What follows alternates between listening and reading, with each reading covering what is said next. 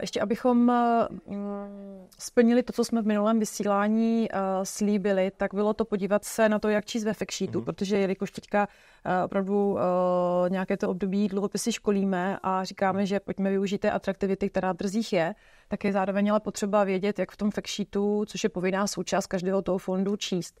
Já jsem si tady vytiskla náš oblíbený fond, o kterém jsme také dneska mluvili, Konsek Invest dluhopisový, abychom tady vypíchli ty důležité informace, na které se může poradce podívat, co může vlastně prezentovat klientovi. Zároveň si nemyslím, že to je věc, kterou potřebujeme hlídat, protože na to tady máme ty portfolio manažery, ale jestliže nás zajímá něco více, než třeba zaznělo na prezentaci, nebo co třeba si poslechnou diváci v natáčení, tak jsou tady ty základní vlastně informace k tomu fondu.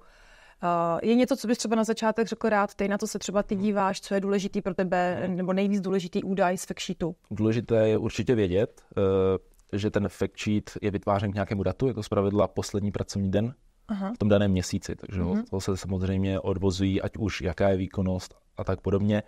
Mluvili jsme tady o tom rizikovém faktoru, k tomu se asi vracet nebudu, protože samozřejmě to je jeden z důležitých faktorů pro klienta.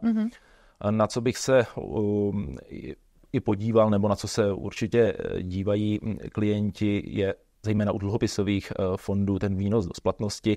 Tady bych jenom zmínil, je to výnos do splatnosti, který přesně platí v ten daný okamžik. Ono máte v portfoliu různé typy dluhopisů a vy tam ty dluhopisy kupujete například s mírou 8% výnosu. Ovšem ten výnos do splatnosti ve fact sheetu se samozřejmě pohybuje a souvisí to s tím, co tady říkáme každý měsíc. To znamená, výnosy klesají či rostou a podobně. Pokud klesají, tak samozřejmě vidíme v tom fact sheetu, že celkově je to nějaký vážený průměr všech těch papírů. Byť je to složitější s tím výpočtem, tak pokud to klesá, tak se to projeví právě v růstu ceny toho podílového listu. Takže to neznamená, že vyděláte méně, ale pronese to a prakticky hned.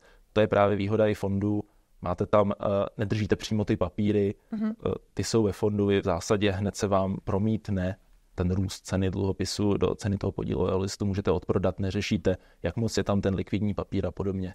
Jenom Romane, promiň, já tě zastavím, já to možná trošku přeložím do té obchodní řeči. To znamená klientovi neslibovat tento údaj, ale říct, že to je takový nějaký orientační údaj k té době, ve které se teďka potkáváme. To tak je, ale dobré je si to například srovnat s tím, jaká je repo sazba aktuálně a tedy a víte, že teďko mám v tento moment ten fond nese více, tady když se dívám ten výnos do splatnosti 5,76, ale vidíte pak tu dobrou výkonnost od začátku roku. Toto je nějaký ten údaj. Takže jako třeba pro porovnání, ale rozhodně bych to nebral, jako že jsou tam dluhopisy s takto nastavenými výnosy. Oni jsou tam vyšší, ale prolíná se to právě v té ceně dluhopisu. Vím, že tady jsou údaje jako modifikovaná durace či doba do splatnosti. Tady bych úplně nekoukal na ty čísla. Tam je to složitější s tím výpočtem vzhledem ke struktuře, ať už dluhopisy s variabilním úročením, s fixním atd.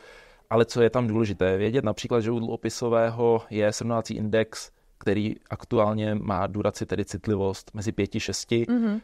Tady z toho údaje aktuálně 1,9 vidíme, nebral bych to číslo jako ten koeficient té citlivosti, ale vidíme, že jsme výrazně méně citliví. To prostě to číslo je níže. Že z toho takto to číst. Doba do splatnosti asi bych nebral nějak jako příliš důležitý údaj pro klienta, jelikož nedrží přímo ty dluhopisy, drží ten fond s denní likviditou. Takže tam bych to úplně neřešil. Co je určitě nejstěžejnější, je výkonnost. Výkonnost fondu, samozřejmě minulá výkonnost nám neudává výkonnost budoucí, ale říká nám velice významně o tom, jak byl fond v minulosti řízen. A pokud se podíváme konkrétně na Konsek Invest dluhopisový, tak vidíme, že prakticky na všech horizontech, které zde máme uvedeny, překonal benchmark. A v tom dlouhodobém horizontu tady vidím od založení 3,9% průměrné roční zhodnocení.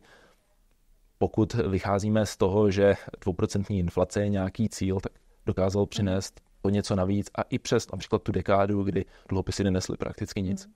Já tě ještě doplním v jednom parametru, který osobně je velice důležitý pro mě a hodně ho zdůrazňuji, a to je počet titulů v tom daném fondu, protože konkrétně u tohoto fondu je jich nějakých 115, u vysoce úročeného 75, samozřejmě ty pozice se mění, ale tady pokud školíme, že vlastně obecně otevřený podílový fond je jedna z nejkonzervativnějších vlastně způsobů, nebo jeden z nejkonzervativnějších způsobů, jak peníze uložit skrze investice, tak tohle jenom vlastně podporuje má slova, protože 115 titulů v jednom fondu a jestliže těch fondů mám v portfoliu 4-5, tak opravdu velice snižují rizikovost tím, kolik toho mám nakoupeného. Přesně tak a k tomu to bych ještě doplnil, že ještě jedna z těch nejdůležitějších věcí, na co určitě bych koukal já nebo se dívám, tak je ta struktura toho portfolia, což vlastně je vidět na té druhé straně ve fact sheetu. Tam vidíte, v čem je zainvestováno, jak už buď podle ratingu, konkrétně v dluhopisovém, prakticky v tom nejvyšším, v tom nejlepším ratingu, je ta většina, tak i nějaká struktura dle toho úrokového rizika. Po případě v jakých segmentech dle emitenta, tady je zde uvedeno přímo, aby se divák orientoval struktura portfolia dle typu emitenta. Vidíme, že nejvíce je zde ve vládních institucích, ale jsou tam i trochu ty korporátní, například banky. Že na toto bych se určitě díval. I na měnovou expozici, protože samozřejmě měnové riziko tady je hodně eliminováno. Právě povahou těch papírů. V top 10 pozicích pak vidíme, co jsou ty největší prakticky. Jsou to papíry České národní banky, tedy ty poukázky, repo de facto. A zbytek jsou všechny možné druhy dluhopisů, které vydala česká vláda na financování deficitu. Možná jenom, aby jsme nevyděsili diváky, že toto jsou všechno informace, které musí sledovat a číst, protože samozřejmě, jak jsi řekl, každý měsíc se ty informace mění. Jsou to informace, které slouží pro ty zvídavé klienty a samozřejmě každý poradce, poradkyně chceme mít dobrý pocit, že jsme tomu klientovi dali informace úplně všechny, že to je všechno transparentní. Já možná ještě doplním, že ten, kdo není úplně na čísla, není úplně ten analytický typ, tak tady má vždycky ještě komentář, to znamená, může si to, co veškeré změny a všechno, co proběhlo uvnitř toho fondu, přečíst ještě vlastně v takové slohové práci. Přesně tak, jsou zde uvedeny i například jednotlivé papíry, které se zařazují do portfolia nově, nějaká základní charakteristika k nim. Pokud bude sledovat naše videa, zde se dozví, nebo snažíme se to dělat aspoň formou, že trochu vysvětlit to nejdůležitější, vypíchnout, poukázat na to, co je důležité.